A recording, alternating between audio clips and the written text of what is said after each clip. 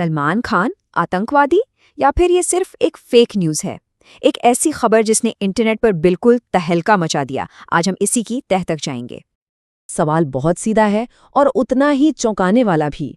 क्या सच में पाकिस्तान ने बॉलीवुड के सबसे बड़े सितारों में से एक सलमान खान को आतंकवादी घोषित कर दिया है?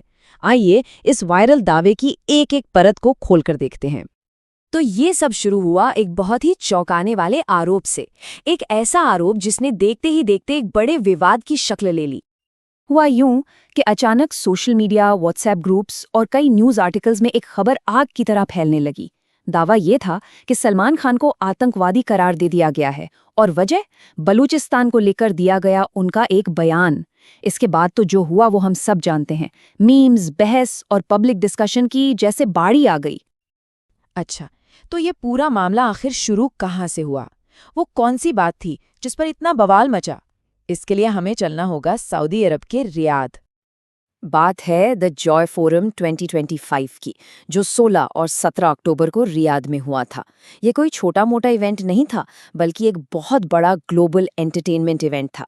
सोचिए, वहां सलमान खान, शाहरुख खान, आमिर खान और यहाँ तक कि ग्लोबल सेंसेशन मिस्टर बीस्ट भी मौजूद थे। और वहां एक पैनल डिस्कशन चल रहा था इंडियन सिनेमा के ग्लोबल असर पर। और बस यहीं पर, इसी डिस्कशन के बीच सलमान खान ने वो बात कह दी। उन्होंने कहा, बलूचिस्तान से लोग हैं, वे अफगानिस्तान से लोग हैं, वे पाकिस्तान से लोग हैं, हर कोई यहाँ काम कर रहा है। अब यहाँ गौर करने वाली बात यह है कि उन्होंने बलूचिस्तान और पाकिस्तान, इन दोनों का जिक्र अलग अलग किया। अब सुनने में तो ये बड़ी सीधी सादी बात लगती है ना, कि अलग अलग जगहों से लोग काम कर रहे हैं। लेकिन इसमें ऐसा क्या था कि इतना बड़ा बवाल हो गया? इसे समझने के लिए हमें इसके पीछे के जियोपॉलिटिक्स को थोड़ा समझना होगा। तो हाँ, यही वो सवाल है जिसके इर्द गिर्द ये पूरा विवाद घूम रहा है। आखिर बलूचिस्तान का नाम लेना पाकिस्तान के लिए इतना सेंसिटिव क्यों है? देखिए, इसकी जड़ें जुड़ी हैं बलूचिस्तान स्वतंत्रता आंदोलन से। ये पाकिस्तान के बलूचिस्तान प्रांत में दशकों से चला आ रहा एक आंदोलन है, जहां के लोग अपने लिए एक अलग, आज़ाद देश की मांग कर रहे हैं। और ये कोई छोटा मोटा मामला नहीं है। इस आंदोलन को लेकर पाकिस्तान की प्रतिक्रिया बहुत सख्त रही है। वहां से राजनीतिक कार्यकर्ताओं के गायब होने, अपहरण, हत्याओं के आरोप और लगातार सैन्य हवाई हमलों की खबरें आती रहती हैं। मतलब ये एक बहुत ही ज्यादा संवेदनशील और गंभीर मुद्दा है। तो ये तो हो गया कॉन्टेक्स्ट। अब वापस आते हैं उस वायरल दावे पे। लोगों ने क्या सबूत दिखाया इस बात का कि सलमान खान को आतंकवादी घोषित कर दिया गया है? अब होता क्या है कि सोशल मीडिया पर अचानक एक डॉक्यूमेंट घूमने लगता है, और सबसे जरूरी बात, इसे किसी ऑफिशियल सरकारी सोर्स ने नहीं, बल्कि इंटरनेट पर किसी रैंडम यूजर ने शेयर किया था। और इस डॉक्यूमेंट में लिखा क्या था? इसमें दावा किया गया कि इसे गवर्नमेंट ऑफ बलूचिस्तान ने जारी किया है, और इसमें एक एंटी टेरर कानून के तहत सलमान खान को आतंकवादी घोषित किया गया है। वजह, उनकी टिप्पणी को बलूचिस्तान की आज़ादी का समर्थन माना गया। तो अब बारी आती है असली पड़ताल की।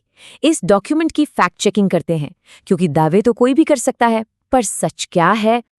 तो सवाल सीधा है, क्या ये डॉक्यूमेंट असली है? क्या ये सच में एक ऑफिशियल सरकारी दस्तावेज है? चलिए, इसमें जो झोल हैं उन पर एक एक करके नजर डालते हैं। सबसे पहली और सबसे बड़ी गड़बड़, डॉक्यूमेंट में सलमान खान का एक CNIC नंबर दिया गया है। अरे भाई, CNIC नंबर तो सिर्फ पाकिस्तानी नागरिकों का होता है। सलमान खान तो भारतीय नागरिक हैं, उनका पाकिस्तानी CNIC कैसे हो सकता है? दूसरा, इसकी भाषा। कोई भी ऑफिशियल सरकारी डॉक्यूमेंट उठाकर देख लीजिए, उसकी भाषा बिल्कुल सटीक होती है, पर यह डॉक्यूमेंट खराब ग्रामर और गलतियों से भरा पड़ा है। और सुनिए, बात यहीं खत्म नहीं होती। जरा इसकी टाइमिंग देखिए। सलमान के बयान के कुछ ही घंटों के अंदर ये डॉक्यूमेंट आ गया। इतनी जल्दी तो सरकारी काम होते नहीं है। इसके अलावा पाकिस्तान या बलूचिस्तान की सरकार के किसी भी ऑफिशियल सोशल मीडिया हैंडल ने इसे शेयर नहीं किया। और तो और, पाकिस्तान के बड़े बड़े मीडिया हाउस और पत्रकारों ने भी इस खबर को पूरी तरह से नज़रअंदाज कर दिया। तो इन सब सबूतों और रेड फ्लैग्स के बाद आखिर नतीजा क्या निकलता है, और इस पूरी कहानी का असल असर क्या हुआ?